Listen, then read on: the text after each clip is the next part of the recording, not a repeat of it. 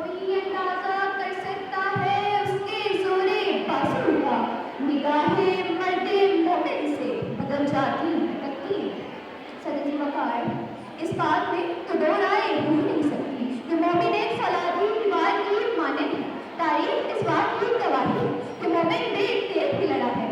हाल ही में पाकिस्तान की जो जंगें और मार्कें हैं, खास तौर पर बुनियादुल महसूस वादे तारीख कि जहाँ हमारे शाहीनों ने कामयाबी की अजीम दास्तानें सदजी वकार आज का मौजूद इस लिहाज से अहमियत का हामिल है कि आज का पाकिस्तानी नौजवान इस ज़हनी तनाव का शिकार है कि आया पाकिस्तानी फौज का सिपाही बनकर शहादत के अजीम शान मर्तबे पर फायज हुआ जाए या फिर अल्लाह अकबर का नारा लगाकर करो दीवार को मासूमी के मुंह से रख कर अल्लाह के रूबरू ज़रूर हो सकता है।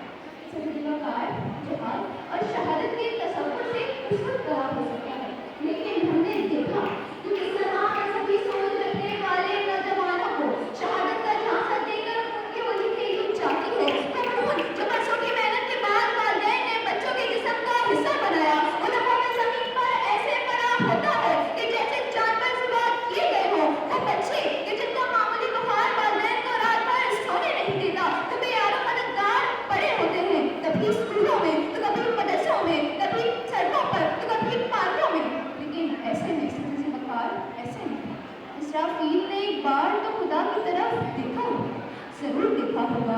एक बार तो सूर फूंकने की इल्तिजा की होगी, जरूर की होगी। और फिर जब उन माँ ने अपने बच्चों की लाशों को देखा होगा तो इसराफील ने सूर फूंक दिया होगा और माँ की आहो बका मनफूस की तरह फिजा में फैल गई होगी।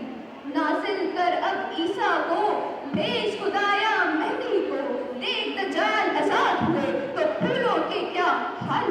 सदजी वकार अफसोस कि आज तक हमारे नौजवानों को किसी ने ये बात समझाने की कोशिश नहीं की कि बाबा कौम ने ये वतन जिहाद से नहीं बल्कि सियासी जद्दोजहद से हासिल किया था। वो अपने सियासी मुखालिफिन के सामने फौलादी दीवार बनकर खड़े हो गए थे। तो अगर हमें हक़ बातिल के फ़र्क को समझना है तो दुश्मन के तरीक़े वारदात को समझना होगा, वरना फौलादी दीवार होने के बावजूद भी कामयाबी हमेशा दुश्मन की होगी। तो हमें अपने आप को जिहाद के लिए तैयार करना होगा, क्योंकि जब तुम जुल्म के खिलाफ बोलते हो तो तुम